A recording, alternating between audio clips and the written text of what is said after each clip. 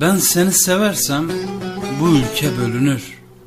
Öyle diyor tarafsız gazete manşetleri. Hazdikim terör içeren bir kelimeymiş. Biz sevişirken kimseler ölmüyordu ki. Bazen biz ölüyorduk ama tekrar diriliyorduk. Sevginin tek dili varmış, tek dini. Ben sana Kürtçeden öte kelime biriktirmedim. Benim yüreğimi cumartesi anneleri doğurdu. Ve bu yüzden seni seversem Mecnun değil terörist olur adım. Zaten Kürtçe düşündüğümü anladılar. Gözlerine de bakarsam tutuklarlar beni. Bilirler Kürdün bakışını, bakarken cesur duruşunu. İsyandır deyip asarlar beni de kapı meydanında. Bu yüzden seni seversem sensiz kalırım.